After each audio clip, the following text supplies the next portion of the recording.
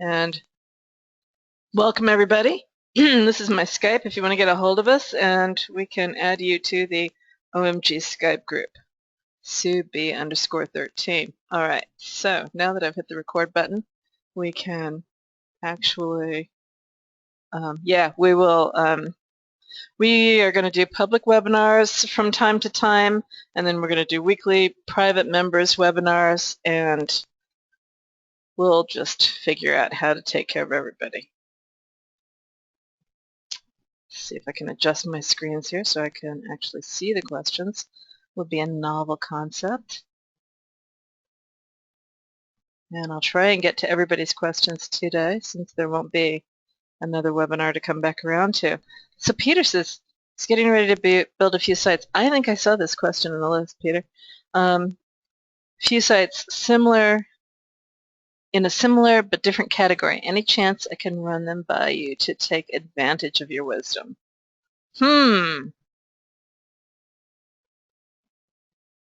Possibly.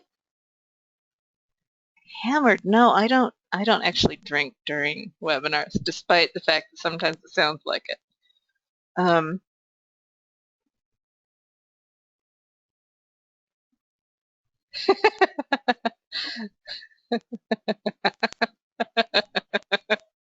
All right, more things that I can't repeat. Good. Do you know how to create YouTube RSS feeds? Let's just see if Russ is on the horizon. No, not yet. Do you know how to create YouTube RSS feeds? So let me just look and see if that got updated in the wiki, because I know we had a thingy on that. We had a thingy about all the feeds.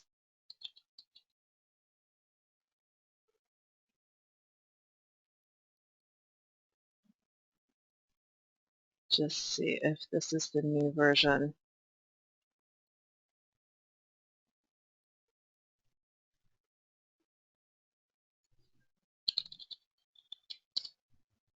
Yes, so this is how you can do that. Let me just come over here and stick it in a spreadsheet. Andre.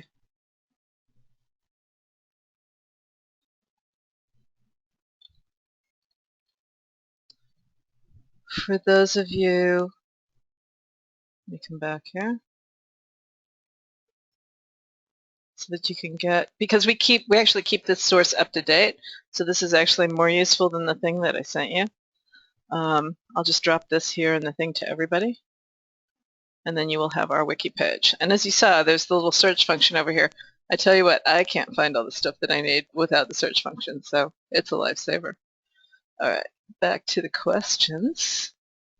Do you know tools to create RSS feeds out of any site like Weebly.com and more? Really having a hard time converting some social properties into an acceptable feed to submit to Social Explosion.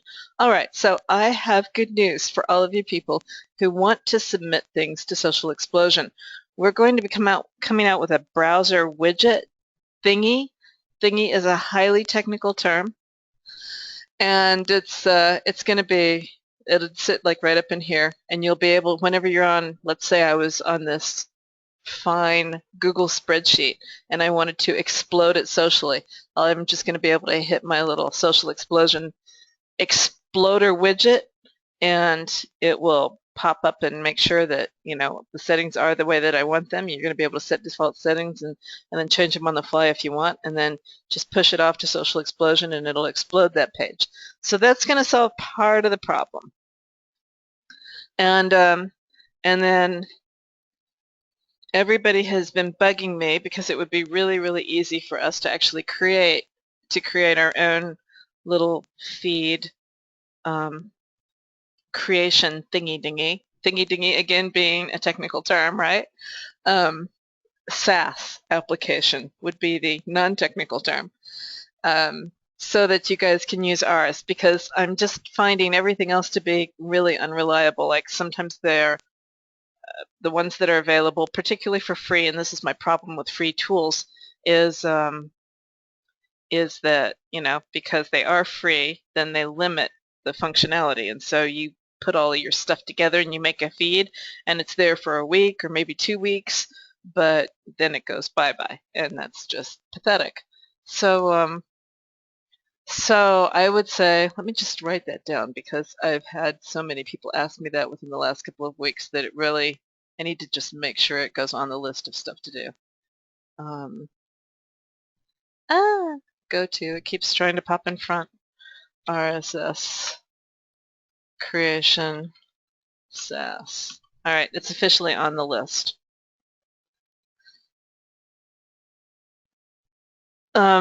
So the widget thingy, I would expect to come out within a couple of weeks. It would have been sooner, but Scott's been battling battles. That's what you do when you go into battle, right? You pick up a sword and things get bloody. And I'm just hoping that Scott's still in one piece. So if he hadn't been in battle for the last couple of weeks, that would already be underway. So, my hope is that it'll be ready for testing in about a week. But if there are more battles next week, then it might be 2 weeks. But it's the next thing on his list of stuff to do. All right.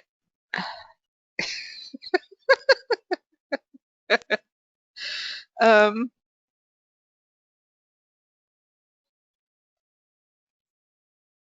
that's interesting, Ryan. You have a completely different. Let me just check what Ryan shot me because it's a completely different link from what I have. Oh, gosh. There's some things about GoTo that are just so annoying. All right, so let's try this here. Well, that works too. But it's the same format as this one. What I was hoping was that that we'd find one that gave us the images again. The little. Yeah, that's exactly the same format. That's just sad. I really could shoot YouTube for that. Because before you used to be able to get one with the excerpt, or at least some kind of part of the description, and the image of the video and all of that kind of good stuff. I wonder if that could actually be manufactured. That might be worthwhile. Let me put that on the list too.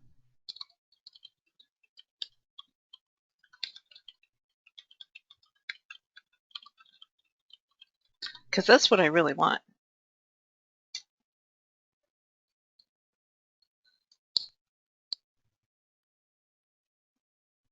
Yeah, Ryan, it works, but okay, so no, Patrick, we don't need unique content for Social Explosion, because it's going out to, think about it. How many times do you retweet the same thing, or how many times is the same thing retweeted? And the only thing that's different is the fact that it's retweeted, right? The retweet in front of it. So no, you don't have to. When it comes to social platforms, you don't have to have unique content. How can you access, how may I access your information? Because I don't see everything via iPad. Ouch, Greg, do you mean to tell me that my new site is not mobile compliant?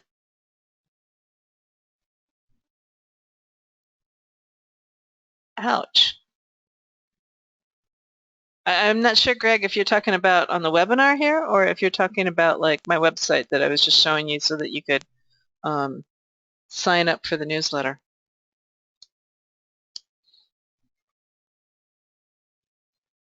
Oh, the webinar. I don't know. That's probably yet another thing that I could hate about GoTo. Typically, the little screen that you've got there, you can drag the corner in GoTo and make the screen bigger so that you can see more of it.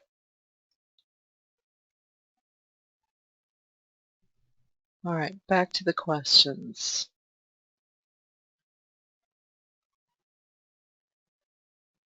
All right, so our stuff.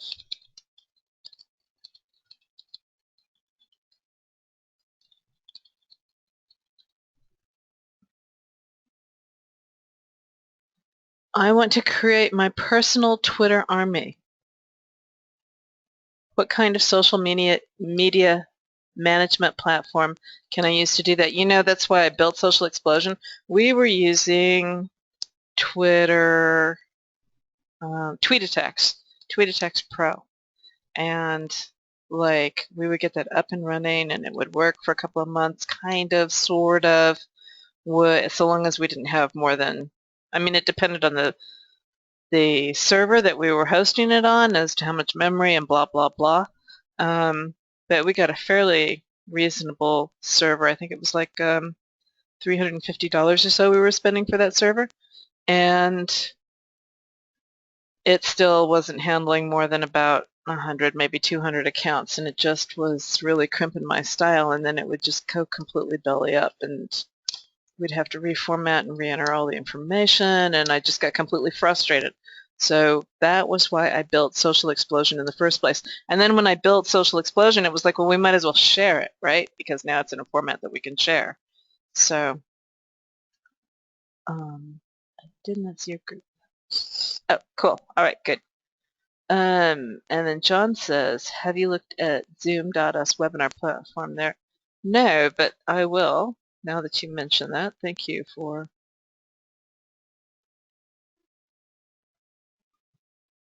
the idea. There's a couple of other interesting ones that are just coming out. In fact, somebody has hit us up to do work for them, so we'll see. All right, so next question. I'm using Social Explosion for the first time, and I have a couple of questions. I read the help files, and it says to include pages. I should use the plugin RSS includes pages. Do I then take the site RSS feed and place it into the RSS URL on the accounts settings page? Yes. Do I need to activate Social Explosion and buy a subscription prior to publishing the pages in order for Social Explosion to send the signals, or can I build the pages first? So here's the thing. The way that feeds work is stuff rolls off the bottom of it. So your page, let's say that you create a page, and then you create 9 blog posts. Then your page is down at position 10, normally by default in WordPress. Let me just open up my blog.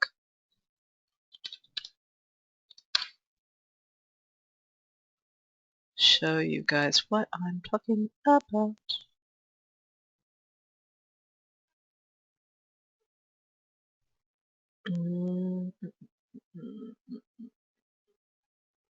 I think it's under rating. Yeah, so syndication shows the most recent 10 items. So that's what it's going to say by default, right? And so what you're going to want to do, so like let's say that you've created, let's say you created 5 pages. So now they're going to be the top 5 items in your feed. Now if you create 5 blog posts, then your 5 blog posts are going to be on top of your 5 pages. And if you create a 6th blog post, then your first page is going to fall off the bottom. So you have a couple of choices. You can make this a bigger number so that it includes all of your items, or you can sign up for Social Explosion first, and you can run your feed through the through Social Explosion and then create your content. One way or the other. That was this over here.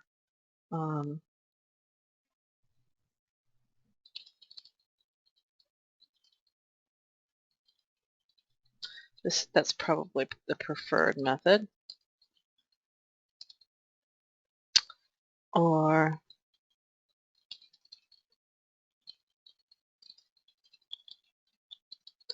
still in your feed.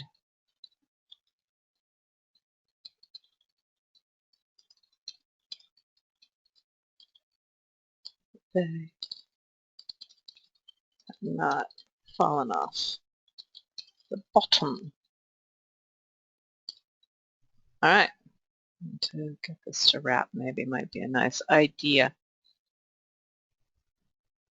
Obekeba. The redirection WordPress plugin offers pass-through redirections. They return a 200. Pass-through versus 301. In particular, if I'm building a new website on an aged domain and I'm getting a lot of 404s, which redirection method to the home page would you recommend?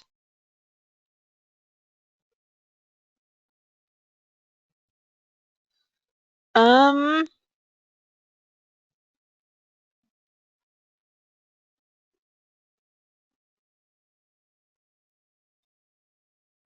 just thinking. So I don't think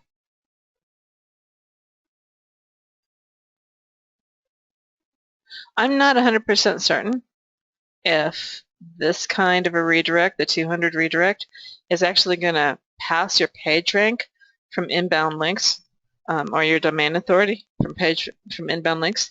So I would be inclined to go with the 301 redirects because I know that that passes what you're looking for. Now, if you're building a new website on an aged domain, if you bought the domain and it was a different topic, then I would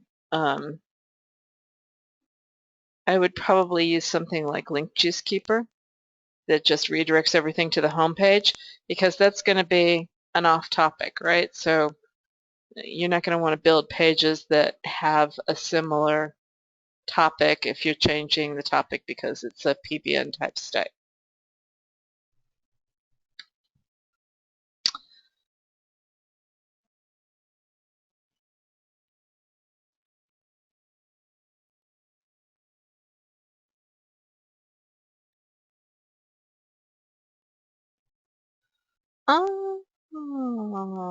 Mike offered to help.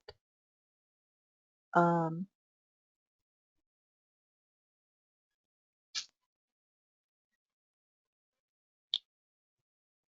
left, but he said that he just found that with GTW on iPhone, you can zoom in as far as you want with a normal two-finger zoom. Oh, that's cool. Sure, let me promote Mr. Mike. Let me find him. Mr. Clay. Make you an organizer.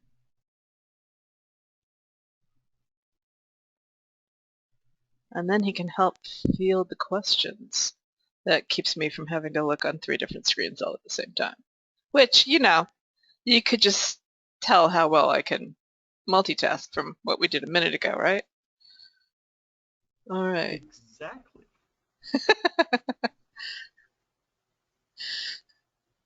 Okay. You're quiet, but I can hear you.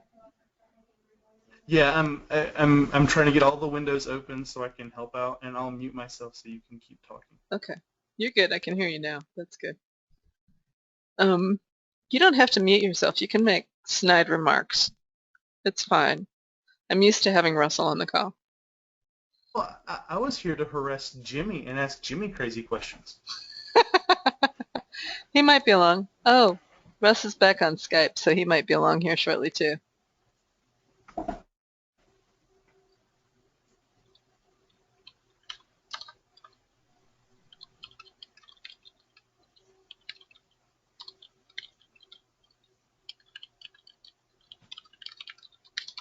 All right. So that was this. I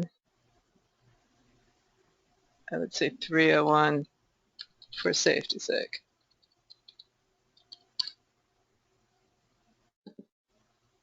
Is it safe to have all my PBNs and Web 2.0's logins saved in my RoboForm? In other words, can Google see what I have saved in RoboForm? I'm sure if you're using it on Chrome operating system, they can. I'm joking. I would say that RoboForm is fairly safe, and you're probably just fine. Yeah, I use RoboForm on my local desktop. I don't use it in the cloud, though. I don't use it in the cloud either. I mean, I don't use RoboForm, period, but if I did, I wouldn't use it in the cloud. If you talk to Kevin Polly for like 10 minutes about cloud computing, you'll never do anything seriously money-oriented or security-oriented on the cloud ever again. it's really easy thing to hack, just so you know. And when I was staying at the hotel, I moved here to Texas a couple months ago, and while I was staying at the hotel, there was a geek wannabe behind the desk, and he showed me exactly how easy it was to break into an iPad. Like, you reboot it, you create a new admin account, and Bob's your uncle. And I was just like, no way. So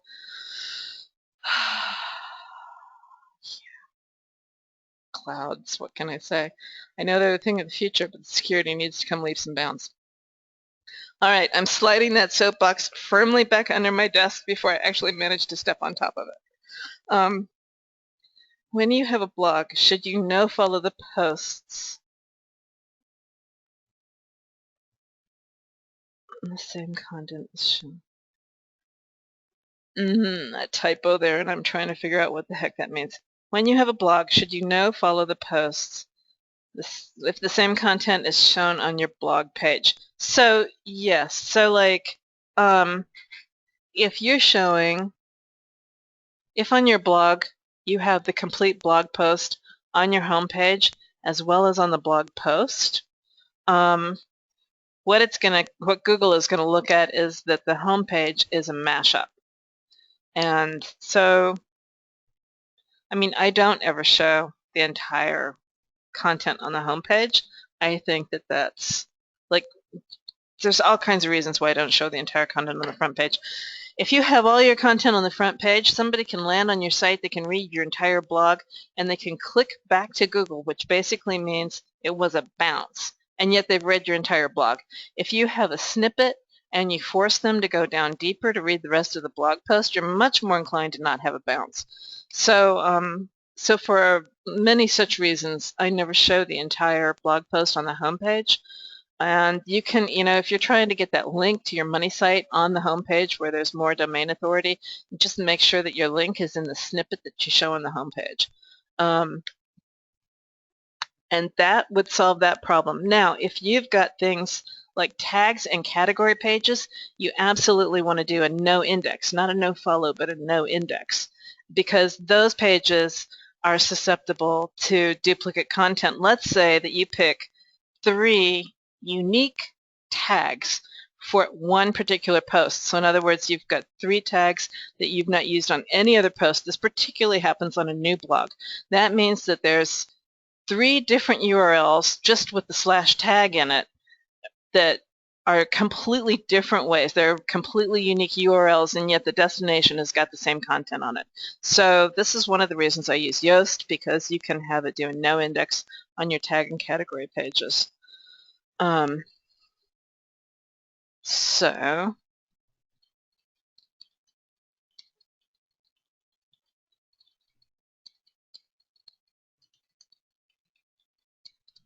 is that clear to everybody? I think we've talked about that in depth before, but I know we've always got new people coming into the mix.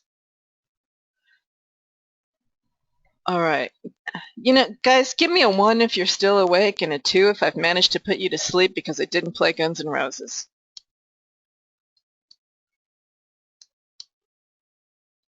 Right, no index follow. Eric is asleep. Dang it. How do you change the front blog page to a summary? So you don't actually change the front blog page to a summary. What you do is in your post, when you go to create a post, you go blah, blah, blah. This is my blah, blah, blah, blah. Okay, and so now here is where I want to, here is where I want the snippet to end. So I just click this read more tag, and that makes a snippet. So now what's going to appear on the front page are just these top 2 lines, and then it's going to break. And I love, because I am evil, I love to break it right smack in the middle of a sentence, right? You leave this flipping cliffhanger of like the most interesting, the middle of the most interesting sentence so that people have to click through. All right, no. Soapbox back under the table again.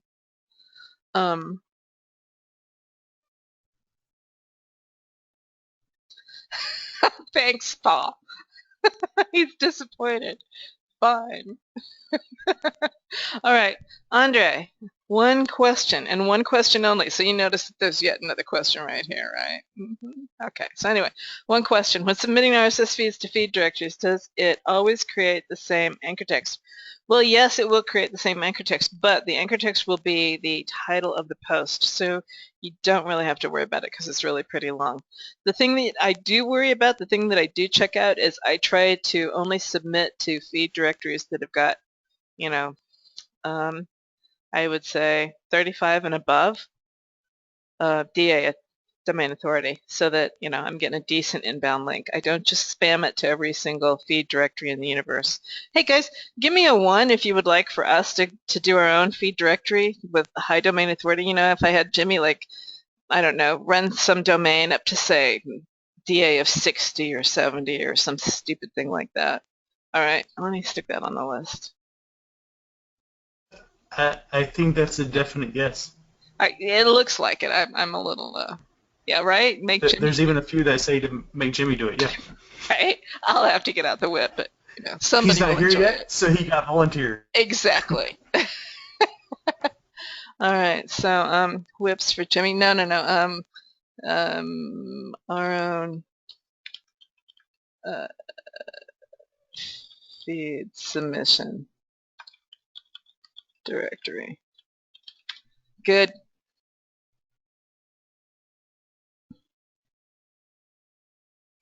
What can you do against that? Let's say yes, but it's okay.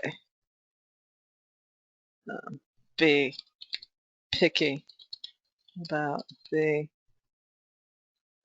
directories you submit to. All right. So Bourbon tried our method to promote a URL in Social Explosion more than once and couldn't get it to work. Entered the Weebly URL in page column and got a new X. Oh, page column isn't probably going to give you. Oh, added it to a new one feed supercharger with a unique name and description. I entered this feed in Social Explosion just to rule out.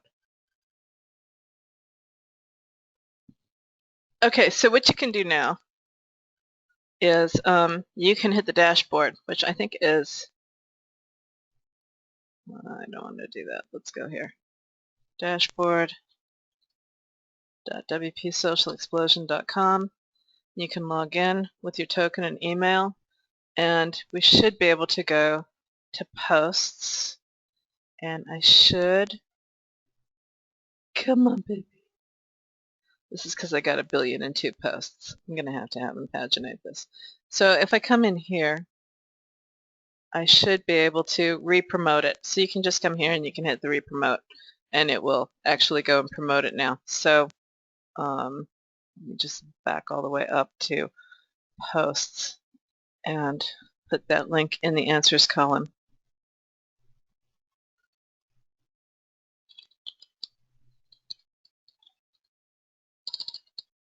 Republish, I think is the word.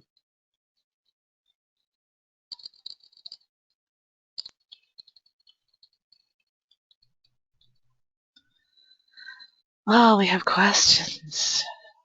Jimmy has said before that you don't want to make a link wheel, but you want to stack authority.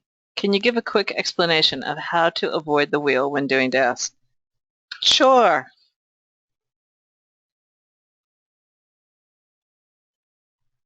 Let's see if we can do this with Notepad.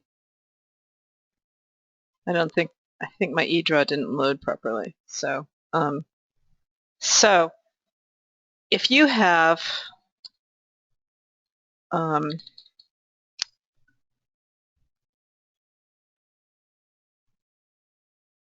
let's say that you, well, let's just say site1.com/my content, and that this links to site2.com/my other content, and this links to site3.com/even more content, right? So you can link from here to your money site.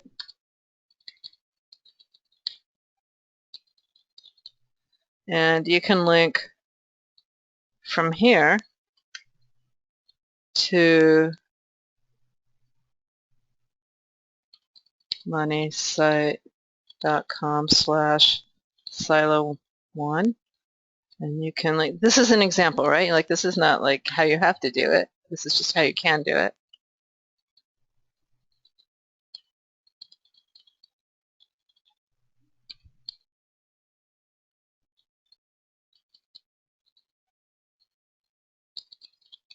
Right? So that's how he basically does something along the lines of the linking structure for DAS, right?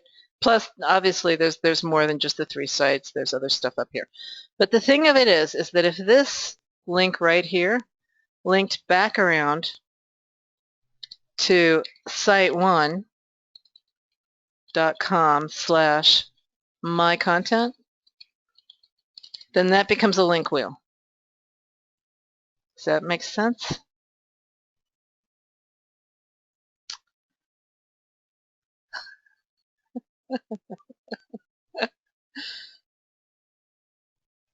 All right. Is that clear, Brad? I was trying to find out where the question was originally.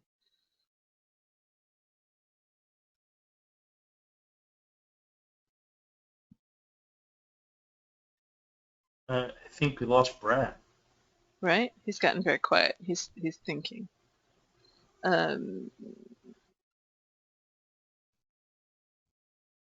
Good.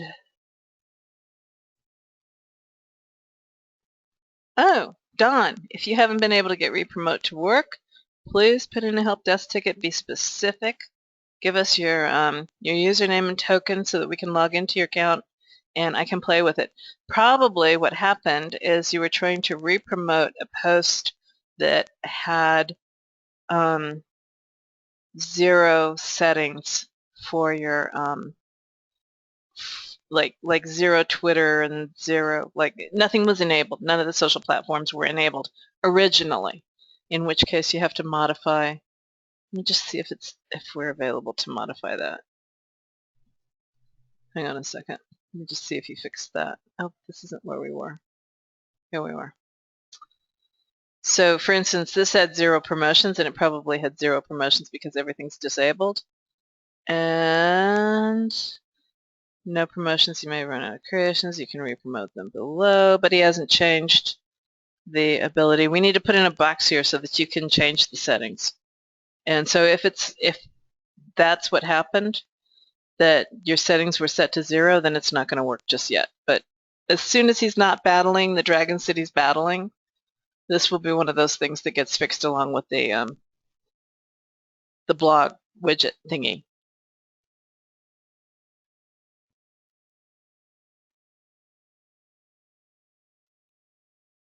And that's John again. All right. Brad did not answer me back, so I'm going to assume that that answered his question and go back to the spreadsheet. Deep silo question. Does that mean it's a deep question about silos, or it's a deep silo question? All right, I successfully imported a DWS blueprint to set up a siloed site. I want to repurpose the imported DWS silo with a new silo theme, but keep the existing silo structure. Can I just rename the existing pages and permalinks and then manually add a new category for each new page title? The aesthetics are refined, so I want to create a new silo structure with the old aesthetics. All right, let me read it one more time. So you've imported a DWS blueprint. You want to repurpose the silo with a new silo theme, but keep the existing structure. So in other words, you want to change the theme at the silo level. Can I just rename the existing page and permalinks and then manually add a new category? So if you have the latest Deep Silo plugin, you should be able to just rename the page and everything should work properly. I can't remember if you can change the permalinks. If you change the permalink and it doesn't work, then you need to go change the category. So in other words, if you're here and you change this permalink on your silo and that breaks your silo structure, then what you need to do is come over here to categories. Oh, leave the page. I really don't want the blah, blah, blah post, honest.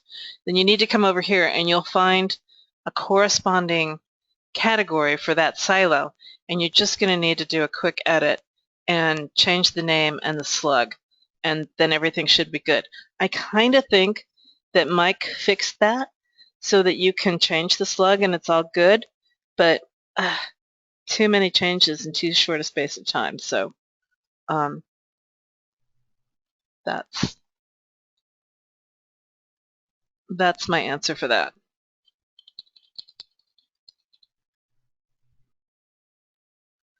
I have TLKT. Can you explain what the upgrade options are to be able to get the deep silo plugin? Or you just buy the silo plugin separately. Just go grab it, and that should be available at I think it's siloblogbuilder.com.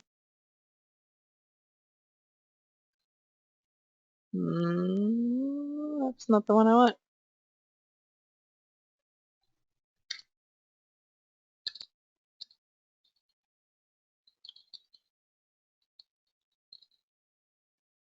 SEO silo plugin, that's the one I want.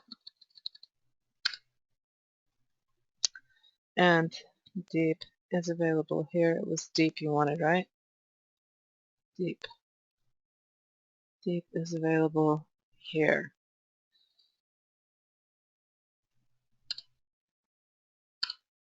All right. TLKT only comes with 80 keywords on a huge niche. To get all the keywords, should I create a project for each additional keyword and say, you know, here's the thing. Google, right at this moment, is changing everything inside of AdWords, and that's part of the dragon that Scott has been slaying. So if it only comes up with 80 keywords, hit the redrill button, sometimes 2 or 3 times, and at some point it should come back with more keywords. And by next week, it will be working properly again. Or I will go shoot the stupid dragon myself. I'm able to import all the projects. You can do that. You can actually redrill 3 times first. If that doesn't work,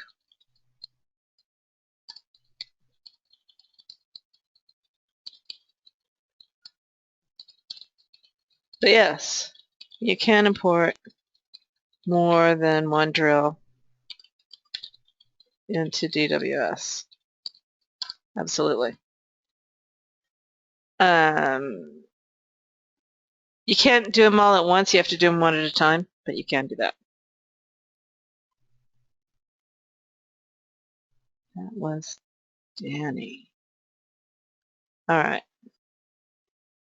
So, are there any questions that I need to? I see you've been answering a lot of them, which I really appreciate. But is there anything that we need to talk about?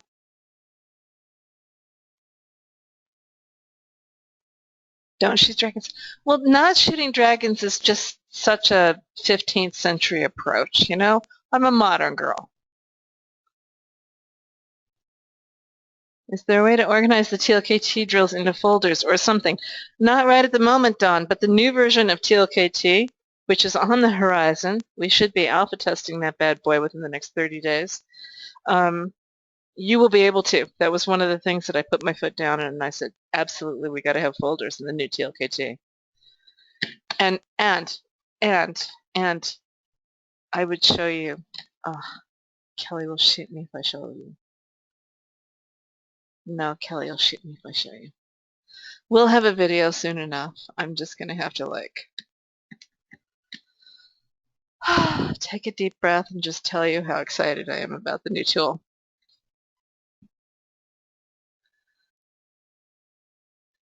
Can you? What's that? Did you say new tool? You saw it. You know what Or I'm are we not? talking about. Yeah, I'm trying to drag your You, soapbox out. I know. You're trying to wind me up. Well, they all like it when I do that. Am I the antagonist or the protagonist? We don't Yes. Tag. You're it. Can you post what WP Amazon issue? What? Can you post that WP Amazon issue link here? Was on an iPad and can't copy or click it there. Do you know what he's talking about? This is John at 446. Let me. 446. Oh. Yeah, for timestamp. Oh, you probably got a different timestamp, like. It's 646 for me. Yeah. Oh yeah, I know. I was talking to him. Yeah, hold on, John. Okay. There you go. There's the link. Cool. Thank you. Actually, if it's not showing up there, let me just go ahead and post it for everybody. So everybody knows, John's trying to run WordPress on Amazon and is having permission issues. Well, I was having the same problems about a week ago, and Kevin Poley gave me documentation. So that's a one tab. It's going to give you a couple of URLs to different documentation out there for Amazon AWS and WordPress. Huh. All right, so Clint says, since this is the last OMG Webby, without taking away from any of the other trainers having any as part of this program, the past few months has certainly kicked my excitement about SEO. Aw, thanks, Clint, and running a proper business into high gear. And I wholeheartedly thank you so very much for that. Oh, thank you, Clint. I really appreciate it. And like Sue said at the beginning, we're not going anywhere. Like we said in the channel the other day, do you really think we are going to go quietly into the dark? This is just getting this is just getting turned up, people. We are the dark. Oh, sorry. So I'm playing the antagonist with Jimmy now. We're going to get Jimmy to start doing webinars. So with the new TLKT, will we be able to make search by city and regions? Yes. You're going to be able to do this one of two different ways. First of all, it'll have a more intelligent AdWords interface, so it'll bring back the broad term, but for the area that you specify. So let's say you specify Phoenix, Arizona, then it'll bring back all of your keywords with the searches for just the Phoenix area. But there's also a Tumblr function on the front end of it. So if you're just looking for keywords with, let's say, oh, I don't know, all of the cities and zips in Arizona, you can just say, give me all these keywords, prepend and append with these keywords, and add in these locales, and Bob's your uncle. You instantaneously get back a file that is so huge, it will make your head spin. All right, enough of that.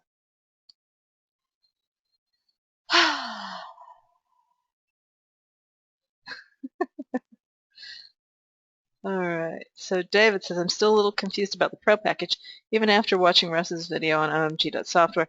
What I see is a bunch of really great tools, but I'm trying to see how I can match them with what I do.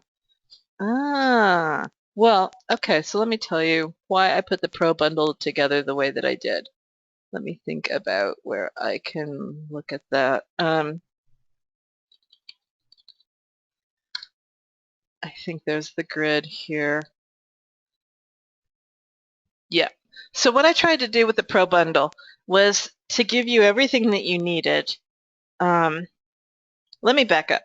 What I tried to do with the basic bundle was to give you a taste of everything you needed. This is absolutely perfect if you've got one site that you want to do. So there's a lot of guys that come into Network Empire. They're small business owners. They just want to do their own website, their one website, and be done with it. They don't want to get too deep into any any of the SEO because they're busy trying to run their business. It's just, give me an SEO silo site and let me be done with it. So we tried to give them everything that you needed for that. They get the basic membership area, they get the deep silo plugin, they get Paying Finder, they get the last keyword tool, and they get Network Empire Builder for a single site. And we give them the simple version of Network Empire Builder Lite, and they can just go to town and do that. Okay, so pros are for people who want to do more than one site, and I specifically had in mind for that mostly you guys, right? The guys that are small agencies, maybe one-man shops, and you're doing a lot of local stuff. So it's got TLKT in it. It's got the unlimited version of Network Empire Builder in DWS. It's got the Sell Blueprints First course so that you guys can figure out how to get more clients and get that upfront money and take your business to the next level, as well as it gives you all of the tools. Now, with both of these packages, you get the basic members area. With every package, you get the basic members area. And that's got the whole training in it for how to put together the money site and the social media for the WR1 and the WRS1 ring. So that's your foundation, because without that, I mean, you just need that, right? So if you want to if you learn by yourself really well or marginally well, you can use the members area and go through. There's some videos in there, and then there's text, and you can follow along and follow the steps. If you want for Matt to pull out my whip and drag you across the finish line, he doesn't actually drag very well, but he will encourage strongly. Then you can go with the training courses, our Tech Foundation 1 course, the CLC 1 course. That's basically the same thing as what's in our basic members area. And it's a little bit more detail, and it's a coaching course. So, we go through it, everything step by step. There's step by step in the basic members area too, but it's just kind of laid out, week 1, do this. So you have specific goals for each week, with the idea that somewhere around week 8, you actually have your website done and your social media done and your basic 1 feed done. So that was the idea behind the Pro Bundle. You've got everything you need to do to do your own website or to do several clients' websites. And then if you want to use Kraken, I mean, obviously with the Pro package, you can come in and out of Kraken as you need to. You can pick it up for 3 or 4 days for just $47. So that was kind of what I figured for some of the smaller shops. For the larger shops that want to do blueprints on a really regular basis, then you probably want either the agency or the enterprise packages, because that's the big difference, is that this one's got Kraken and this one's got Kraken and TLKT and unlimited blueprints. So those 2 packages exist so that you can do the bigger blueprints on a very regular basis. If you've got to do, I don't know, maybe more than 1 a week or whatever, then I would opt for probably agency or enterprise. Where was that? That was David. I push for enterprise, but then I'm biased. Yeah, well, yeah. I mean, yeah. You never know when you're going to need unlimited blueprints. Particularly, I think everyone needs unlimited blueprints, because everyone should be selling 2 a week. Right? And then, those blueprints are great for the WR2 sites because you just don't have to think about it. That's right. All right. So, so David's interested in creating multiple affiliate sites to get money coming in. Maybe, just maybe in the future, I do client stuff. So yeah, so then Pro package is still good. It's going to give you TLKT. It's going to give you everything you need for unlimited sites. And if you, so if you want to get some money coming in first, oh, that's for the advanced courses. Yeah, I completely understand. Yeah, that's why I set it up the way I did, so that you can come in at a fairly small price point. If you want to just come in and do your first site, you can come in at $97 and do your first site. And then once you've got that up and making money, then you can move up to the $247 package. So it's scalable as your business grows. And Danny, not only can you do blueprints with Pro, you can learn how to sell them with Pro. Exactly. So there's blueprints and then there's blueprints. One of the things that I realized the other day when I was talking to Russell is we've actually got 3 different kinds of blueprints. So there's the blueprints that Mike does, which he uses data from our tools, to create a proposal blueprint for his clients. And that's like, this is how we're going to set up your site, and this is what we're going to need to do. And just the blueprint itself, you can sell to your client the way that, engineers sold me a blueprint for my house before I built it.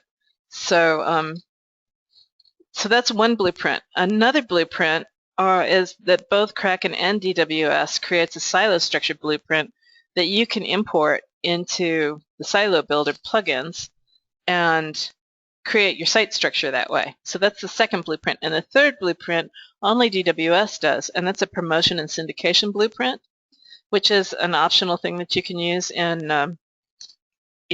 Mike's blueprint. But that is just like, that was for me, that was born out of pain so deep. I was every week spending at least 4 hours per client creating. This is back in 2010 when I actually had a few clients. 4 hours per week coming up with the keywords that they should be promoting that week and the platforms that I needed to be taking their blog posts and curating them onto, right? So I had probably 3 or 4 clients. It was their responsibility to write the content, but I had to give them the keywords in a timely manner so that they knew what they were supposed to be writing about. And this is when, these are in the early days when I'm talking to Matt and just venting my frustrations with these clients. And he's busy coding on the backside. The first thing he did was the keyword decision screen so that I could sell clients easier. And then the last thing he did was the promotion and syndication blueprint so that I could just hand it to them and say, here, do this. I could spin it off a month at a time and just say, these are the articles I need from you for the next month. And then I can also hand it to my outsourcers and say, here, these are the places it needs to be promoted onto. And with that, I could just kind of, I kicked back in my pool and relaxed.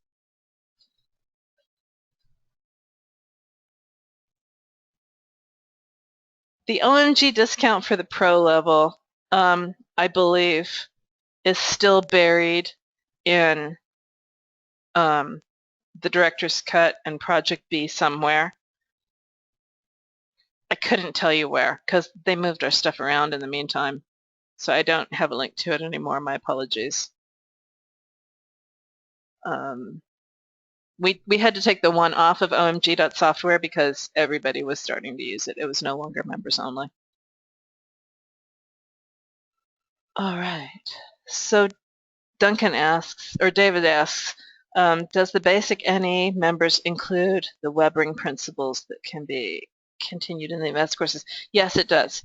That's all in the basic members area. You have everything that you need for the WR1 and WRS1 rings. All right, back to... Have you ever gone over the web rings and showed them how it's not as much, if you turn it sideways, how it makes a funnel? How it makes a frisbee? Well, no, if you think of it top down, it's a funnel. It is. You're looking at think of this as a sales and lead funnel. You're flip it sideways. You start building that out, guys. You're generating traffic that makes a funnel. Uh-oh. Let's see if it works. Oh, good. You didn't break the internet. Right? Hey, I hate it when I accidentally break the internet. Right? We broke a gid the other night. Facebook and Skype all at the same time.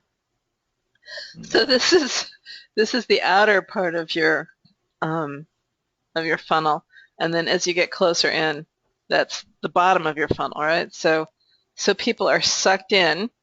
The idea is the further out you get more tangent topics. So like on your money site, like for your money site, you create high quality content, right? This is the most expensive content that you create. And so you want to pick and choose the keywords that you actually have on your money site. You want those to be the things that are really core to your products and services, and the keywords that you know are going to convert. And so the keyword DNA, the building blocks, the individual keywords that you have on your money site are carefully chosen. They're hand-picked, handcrafted. Your silo structure is carefully built. And as you move out, you get basically the same keyword DNA on your branded social media platforms, right? You get a little bit more diversity because as you write blog posts, you naturally talk about concepts that are a little bit more tangent because you're posting, right? You're just blog posting. So keywords are going to wrangle their way in. And so as that gets syndicated out into the WRS1, you're going to rank for a few more keywords out there, and those people are going to get drug into your money site. Now, as you move out to the WR2 and WR3 rings, we braid in other feeds from the top leaders and shakers of your market, right? So they can be your competitors or they can be just information only. It doesn't really make any difference. What you're looking for is all of the good juicy topics that are more or less on topic with your products and services. It's okay if there's some tangent ideas in there. It's even okay if there's a few radically tangent ideas in there, so long as it's mostly on topic. And we use One Feed Supercharger to limit the keywords, right? You can put keywords in there that you want. So we take a keyword DNA braid from your WRS1 and we elaborate on that a little bit with some tangent ideas. And so that makes up the source of the feeds content that go onto your WRT sites. So your WRT sites, by its very nature, it's got more keywords. It's going to rank for more things. And as people hit those sites, they're designed to be engaging. And so people hit those sites, they're engaged, and then there's a banner there to your money site. And so they click through to your money site. So as you go out the next level, those ideas are braided again with stuff that's a little bit more tangent, still on topic, but more tangent. And so by the time you get to the outer ring, you have swallowed your market whole, right? You basically incorporated, particularly over time, all of the different keywords that have really got anything to do with your products and services, and you can successfully, it's like putting a huge net out into the ocean and just grabbing an entire herd of tuna at a time. They call them schools, don't they? Anyway, an entire herd of tuna at a time and dragging it back onto the boat, onto your money site, and siphoning all those leads in for your own evil purposes. So, did I explain that well enough? Did I miss the point that you were wanting me to make, Mike? No, that's it exactly. And I think, I had three meetings today with students, and when I started talking about that, it was like, oh yeah. So I brought it up just because if they think about it, it's there, but most have not thought about it.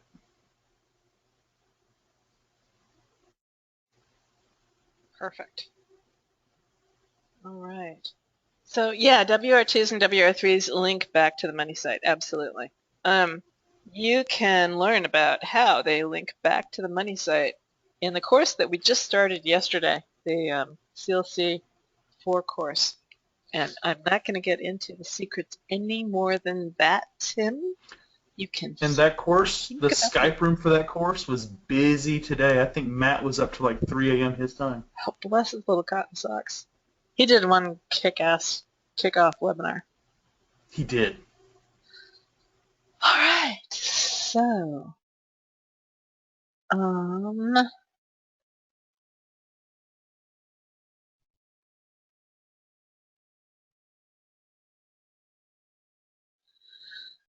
Danny asks, he said he found 170 keywords for his niche.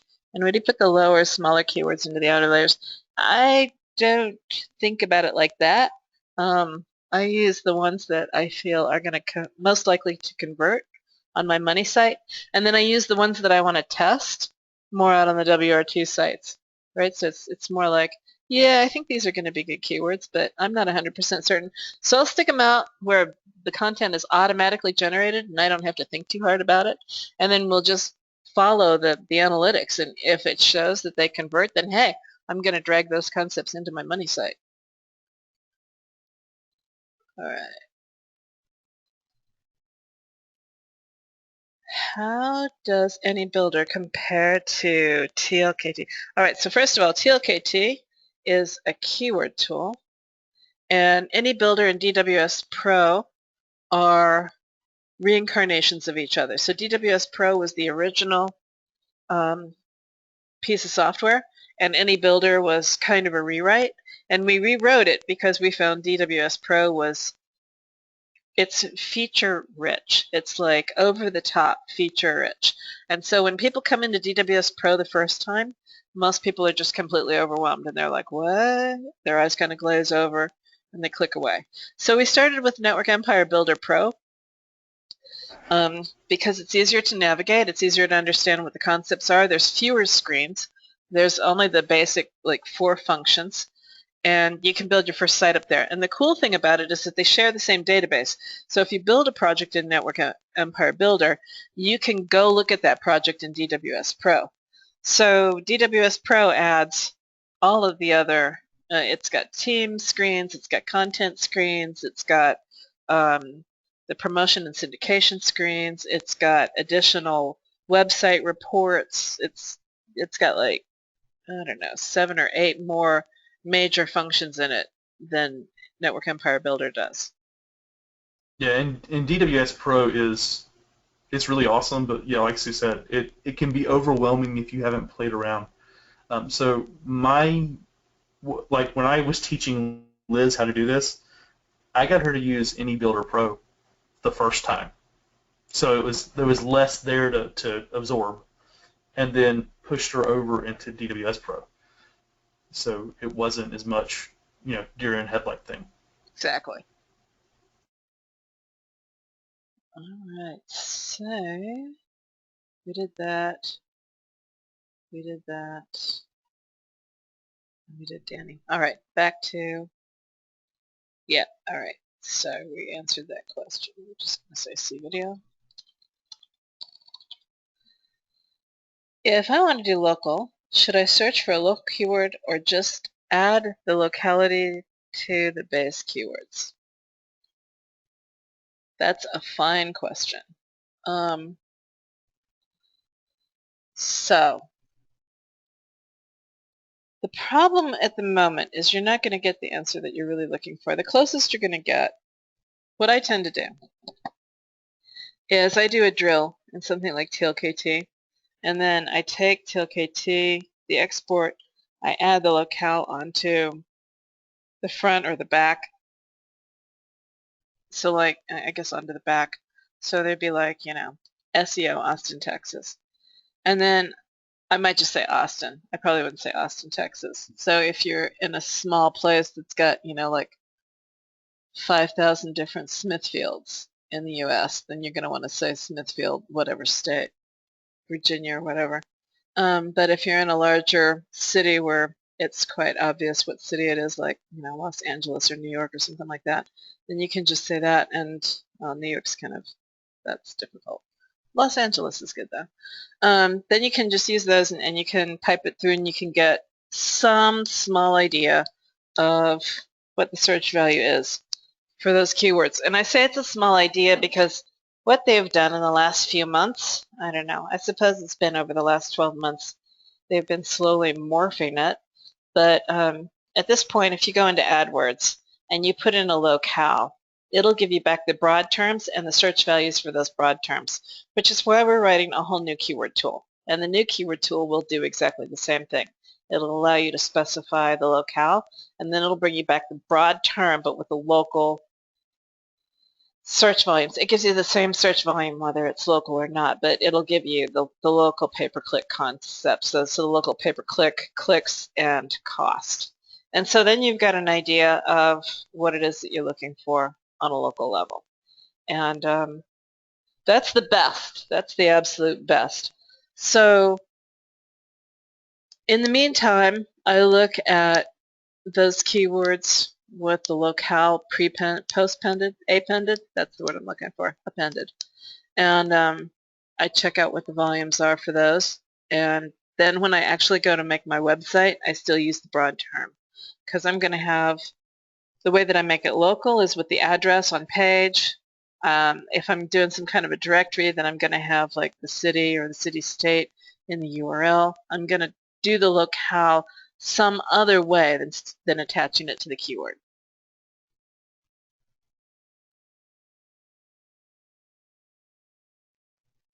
All right. See video. More questions than I can answer. Wait. Is the process you just described for local keyword research using keyword tool? Yes, it is. Will the new tool be the absolute last keyword tool? You know, I've had my business partners ask me the same question. I don't know. It all depends. If Google would quit changing their mind, right? Well, it's the last keyword tool 2.0. Right? It's still the last keyword tool. Don't worry. Would it be okay to continue my more specific questions around the bundles you mentioned? Sure, absolutely, David. You got my Skype? Hit me up on Skype. We can talk. The penultimate keyword tool. There you go, Eric. I'm going to steal that. I like the laster keyword tool. Right? Good. All right. I noticed in DWS Pro there's a column called Time to Rank. Is there a way to specifically search for keywords that have a time to rank under X number of months? Because I'd like to be able to cherry pick some easy terms to be able to show clients. That's easy. Export it to Excel and sort by that column. Yeah. You could do that's what we do. Well, that's what we let Liz do right. because she's a Excel guru. Right. Let me just see if there's an easier way before I just, say that, yeah, hey, there is. Let me just go look. That's the braid. So,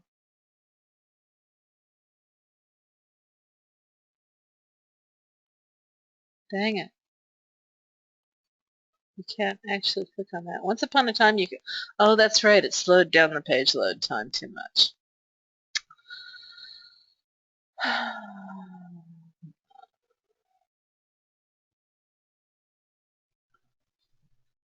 Yeah.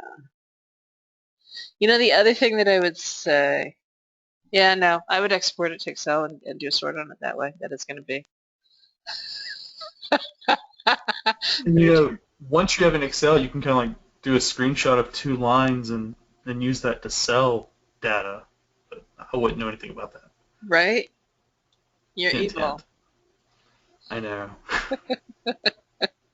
The return of the dawn of the day of the keyword tool. I like that one too. I like that. That's a good one. Right?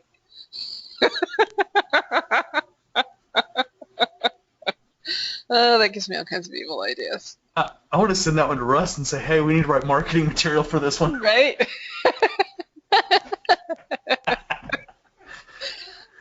I noticed, okay, so that's, yeah, in Excel. All right. If a website was moved from the www version to the root domain, would it affect the rankings? Well, yes, because it's, so in a way, www and non-www, Google views as being the same subdomain, and in another way they don't. So if you find that your rankings have dropped, then you're going to want to do a 301 from the www to the non-www, and I would do that 301 specifically for each page that you want to move the rankings for. So you might have to do a 301 for every page. Ryan is taking Russell marketing. Russell would be proud. The night of the day of the dawn of the sun of the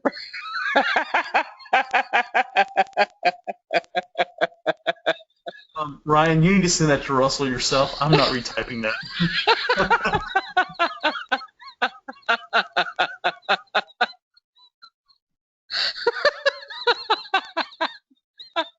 Oh, I have to try to read this out loud. Wait a minute. The night of the day of the dawn, of the son of the bride, of the return, of the revenge, of the terror, of the attack, of the evil mutant, hell-bound, flesh-eating, subhumanoid, zombified, living keyword duel part 3.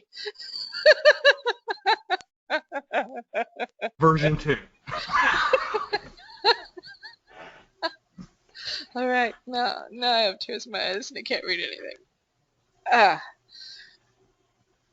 What's your opinion on the setup? What's your opinion on setting up exact match domains? Do you prefer branded websites rather than EMDs?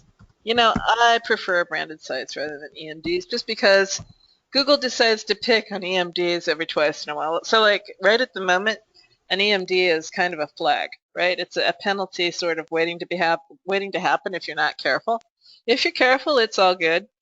But if you are inexperienced in knowing where the thresholds are that Google finds to be penalties, then you want to avoid an exact match domain. Just go buy another domain. So at this point, I don't buy exact match domains because you never know when Google's going to decide to not favor them again. Okay, so I have a question about exact match domain. Yeah. Technically, isn't every domain an exact match for something? I mean, if your company was Pro Atlanta SEO Services, and that was the way you're registered, and that's what your Google places it. Well, then don't get a domain like that. There's a line. Just get yeah. just get Pro Atlanta or something like that. Okay. It's like ThemeZoom. ThemeZoom doesn't have anything about SEO in it. That's true.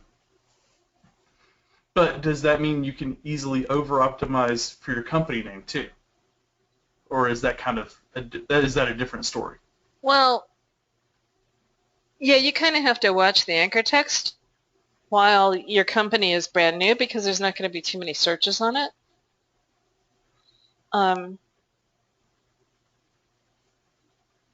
But I look at that as being kind of a flag where it's something like nobody searches for ThemeZoom because it's not a real word, right? Yeah. So for example, Mary Kay. Mary Kay gets lots of searches. Once upon a time, it wasn't anything, right? It was somebody's name. So you hit that brand where you've got a certain sense of mass appeal, and then everybody's searching for it. So shut it, Mike. You're overthinking things. Yeah, I'm basically Okay. yeah. Just like I wouldn't do a whole bunch of domain anchor texts while your domain is new. Once you start to get traction, then you can do more of those. But in the meantime, you're going to want to do non-specific anchor text links.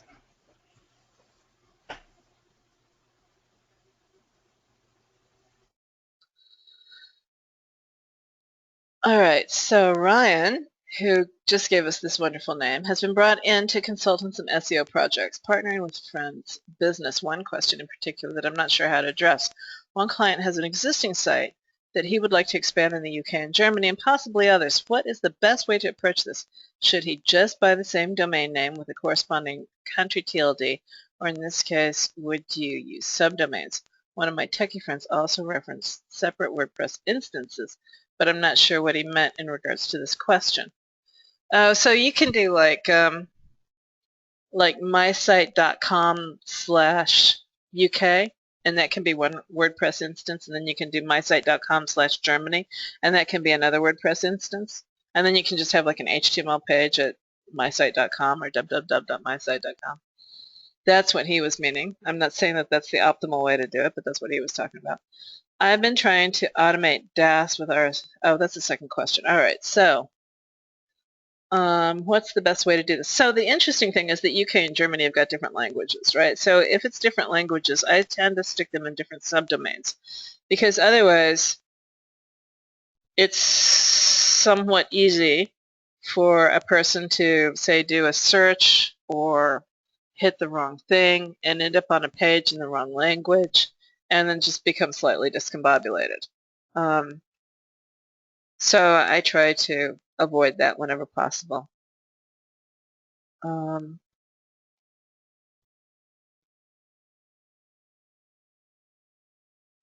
the reason why I would do subdomains rather than different TLDs is because then you get the better domain authority, right? You get all the domain authority of the inbound links for each of those domains, and that becomes cumulative to that one domain.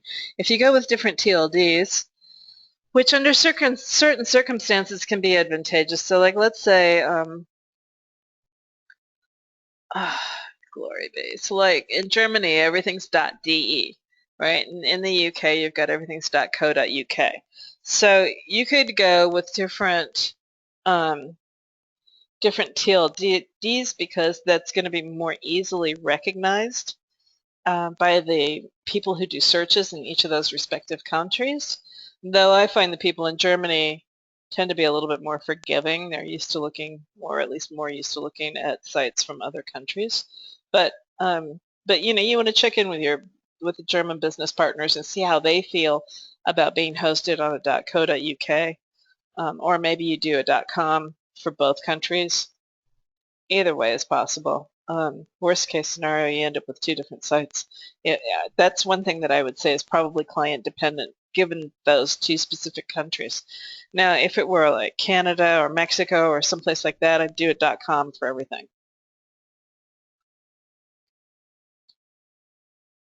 Second question, I've been trying to automate DAS with RSS. Is it ever a problem to continually use the same linking pattern? Back to the blog post. We answered that in a previous question. It's all good. All right, more people chitter-chattering over in the box. Let's see what they said.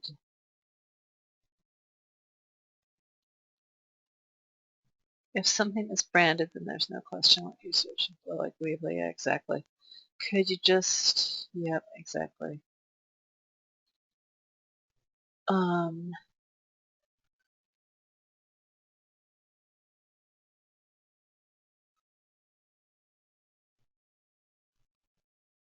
href language. So,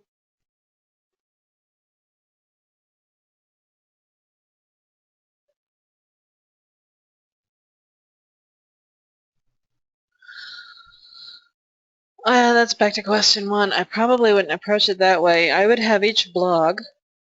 See, the advantage of having it at least on separate subdomains is that you can go into Webmaster Tools and you can tell Google that each of those subdomains is targeting a specific country. If you've got it referenced, if you do it as separate instances under the same subdomain, then you can't do that specific break in Webmaster Tools. And I think that would be problematic. You want to be able to break that out and tell Google where they should be indexing each of those blogs. I don't think you can do that on a page-by-page level. I certainly wouldn't want to do it on a page-by-page level if the site's of any size anyway.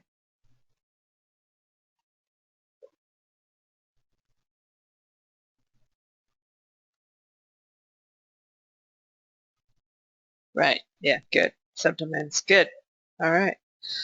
So Tim, I don't know if I can laugh like Jimmy, but I could try. I would like your help with an Amazon listing that I believe is over-optimized with anchor text. I would like your opinion on whether to continue working on this URL or if I should start fresh with a new product URL.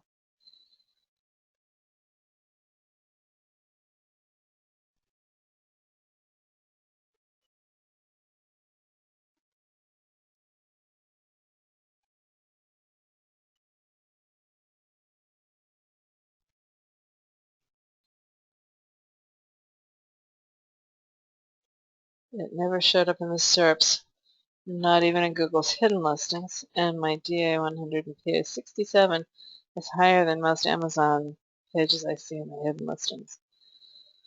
Oh my. Well, GSA blasts. I don't typically recommend a GSA blast to an Amazon page. Me personally, I would do a DAS stack to an Amazon page. I wouldn't do a GSA blast. And so my gut hunch is, if you've done a GSA blast, let's just go look at something really fast.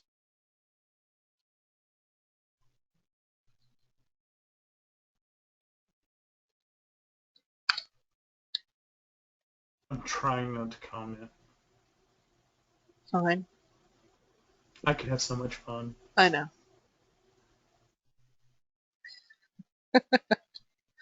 um, Canonical.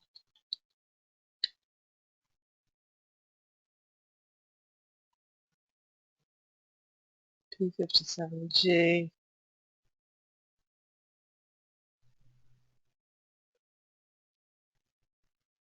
PJ50. Alright, so they haven't changed the... Sometimes they'll change the canonical when they feel like there's too many inbound links to a particular URL. So then it just basically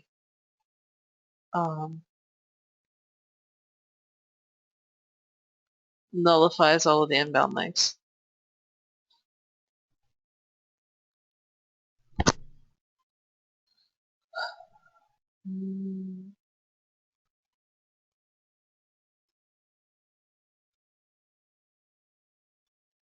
Yeah, your PA is way too high for it to not show up. So my gut hunch is it's severely over-optimized. I mean, I would have to go look in Kemper and blah, blah, blah, but that would be my gut hunch.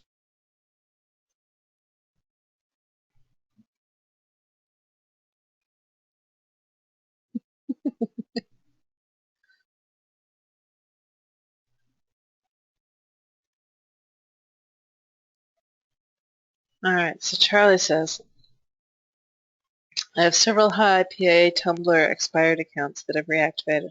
Although they have very high PA, most over 35, they have a low trust flow of under 5 and even 0. Ouch. How should I use these?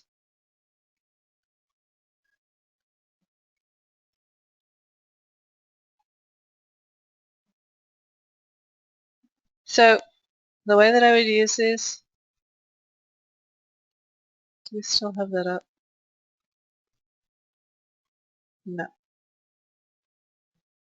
The way that I would use those is I would link them to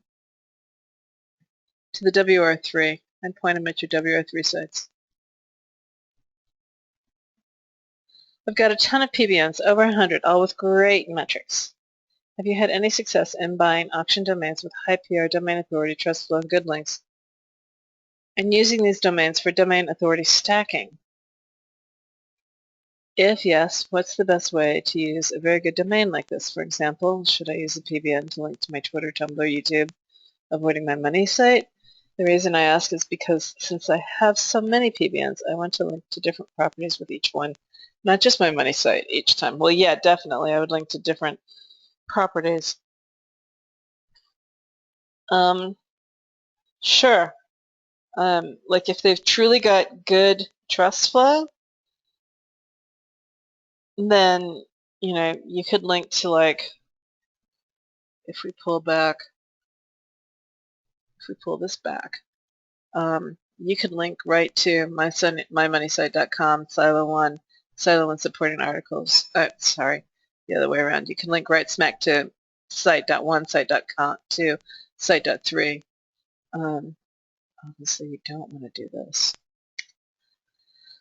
But you can link to that first layer that's just behind the money site. If they've really got good trust flow, I wouldn't push them too far back because you want that trust flow to come forward.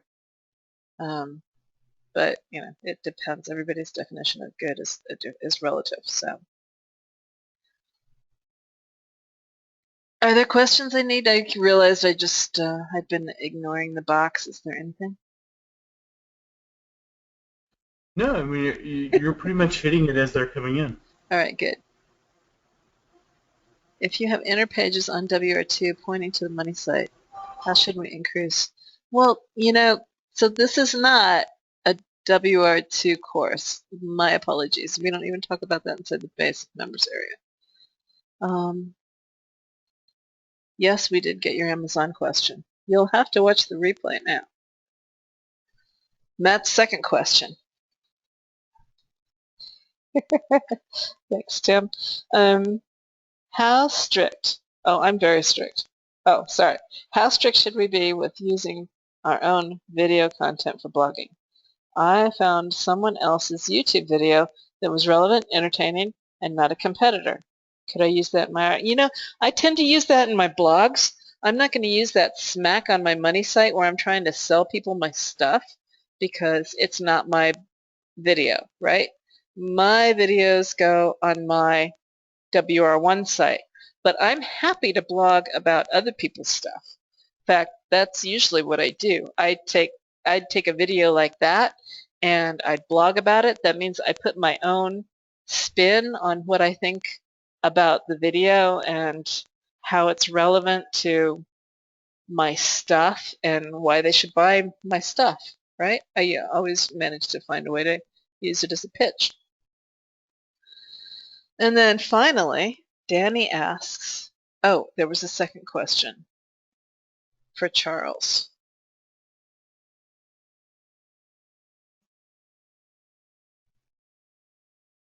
No, I wouldn't use them in succession. That's not going to help. That's not going to help because they're already, the trust flow is already really low. So you already got to back it way the heck out. It's got to be like fourth tier because the trust flow sucks, right? So if you use these in succession, by the time you get too deep, more than too deep, then you're already too far back for anything to count. So you just want them to link to your third tier period at the end. All right, so Danny's last question. I developed a list of keywords from TLKT. I got the keywords using about 30 keyword projects and combined each project results to make one master keyword list, around 16,000 keywords. I imported that master list into DWS and I got down to 170 keywords. What's the best way to determine the silos for these words? You don't have to do it manually. So when I'm looking, this all goes back to the ISDNA, right? You want to understand what your positioning is. This has been the age-old question. How do I choose the keywords? Once I know my good keywords from my bad keywords, how do I choose the structure of my silo? How do I know these are the best keywords? All of those kinds of things. And that all stems off of your positioning. If you know what makes your product different and better than all of the other products out there, if you know why people should buy your product, if you know so back all the way up to the pain. What's the pain in the marketplace that your product solves better than anybody else? That's the foundation for your positioning. And sometimes there's only one reason, sometimes there's 3 or 4. And those things are typically what your silo keywords ought to be. If there's only one thing that in your positioning, then look at the next level down. Maybe that one thing is what your site is actually about, and the next level down provides you with your silos. If there's truly only one concept as to why your product is better than everybody else's, and that happens, then that's your one silo, and your other silo are other things about your product. So like, technology behind your product, why you built your product, who are you, those kinds of things can become your other silos.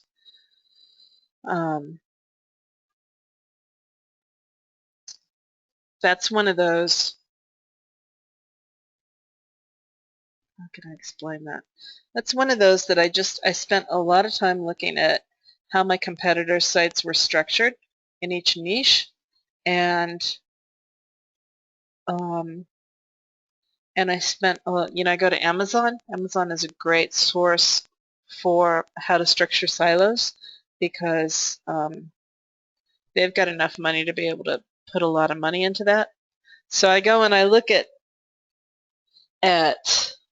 what kind of categories a single product might be in, and I look at how they approach the bullet points on those products, the most popular products. Why are the most popular products the most popular, right? Why, when you look at the best selling, not necessarily the best reviewed, but the best selling. You just take a look at why their marketing copy is so good that they can be the best selling. And also take a look at people's reviews for those products, because they'll also tell you what problem was solved for them that made the product worthwhile. And so you look at all of that stuff and you start to couch that. You also look at the results out of Pain Finder, and you start to get a feel for what the basic topics are at your top level. You want to make them the things that people are interested in. You don't want boring topics. So, for example, on my site, we're redoing our silo structure on Network Empire. We've got training, we've got software, we've got WordPress, and we've got live events. Those are our 4 silos. And obviously, we're going to be radically different from Mike Clay Digital. He's going to be talking to his clients where we're talking to people like him.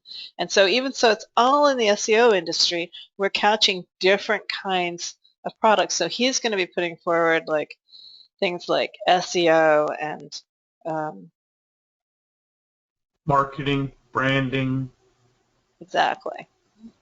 So all of the things that people are interested in when they're looking to get their business online. So, Danny, are you still here? Does that make sense? And I also put the link to the area in the members area where you dive into the is DNA. And guys, that section, don't just skim through it. Read through it and follow the links, because it's kind of like an onion. The more you peel it back, the more data you find as you dive in deeper. Exactly. I still have the unabridged version of that. We'll get that back up here within the next couple of weeks. All right. I'm out of breath. Russell hasn't come back yet, huh? He hasn't. He has not. All right. So let me just cheat. And I'm sending him funny posts on Skype. He hasn't even laughed yet. Well, that's bad. Let me cheat. I'm going to give you guys a bonus. How many want a bonus? Give me a 1 if you want a bonus, because it's going to take me a second to get it organized. And a 2 if you're just happy to walk away and never talk to us again. Oh, wow, look at all those 2s. Nah. You're cruel. You're mean. All right, I'm going to put this up here. That's just going to be a horrible thing. You know what? Let me just let me put it in the spreadsheet so that maybe it'll get posted. David doesn't always post these, but all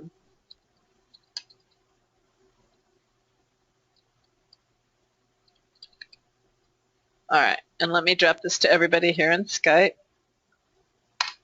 so that you all get a yes.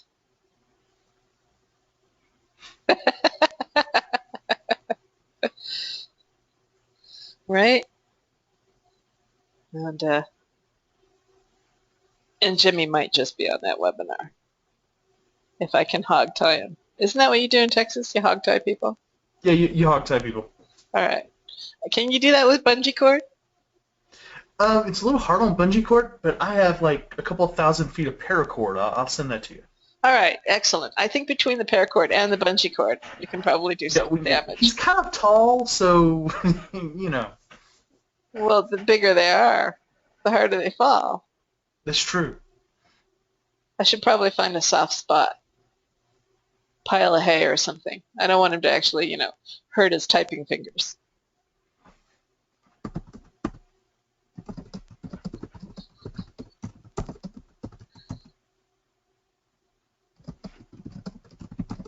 All right. I don't know what he's typing, but he's typing. Yeah, I was answering Patrick real quick. Excellent. All right. Yeah, and we talked in the last couple of days. You've talked with everybody. I have. But I've talked with you. I've talked with Russ, and I've heard a lot of potential topics for the Friday webinar. So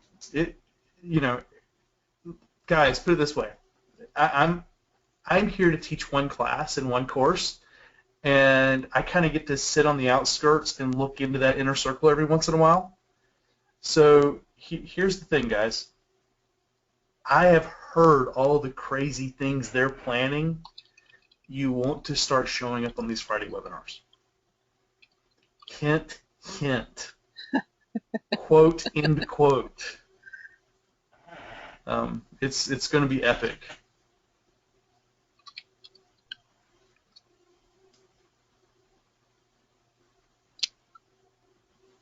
I just listened to my coach. Yeah, I would start from scratch. I think it's over-optimized. Paul, oh my goodness, I'm blushing. Eric, check the chat room. Sue posted a link to the attend GoToWebinar for next week. Let me just pop it right smack to you.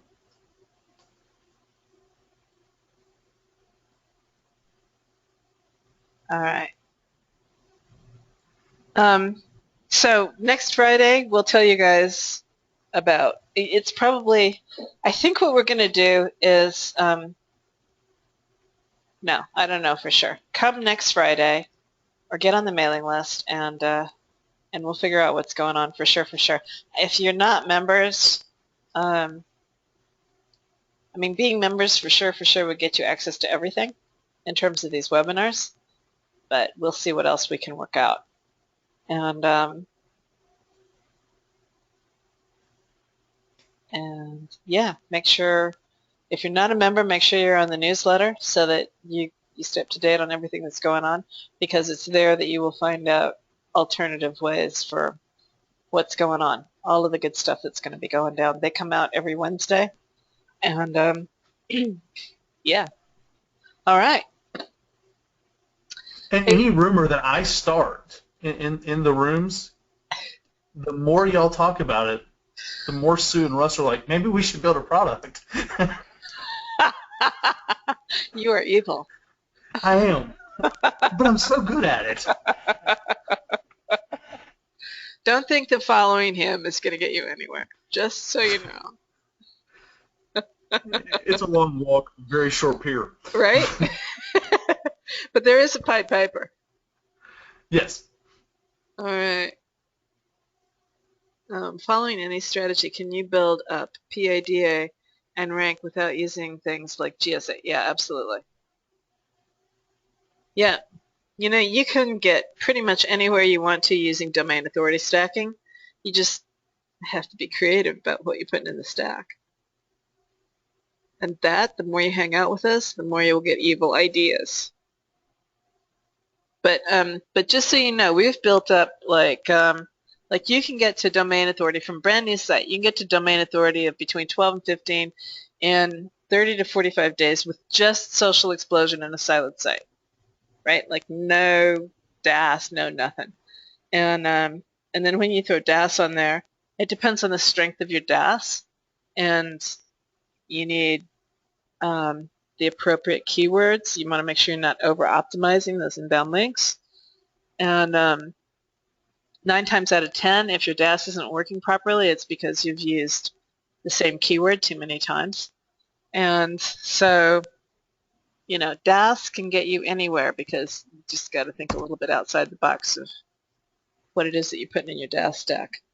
But all of that will come into more clarity over the next months as we hang out and continue our friendship. Bring on the evilness. All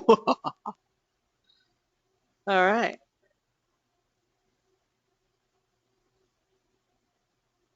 A flipboard.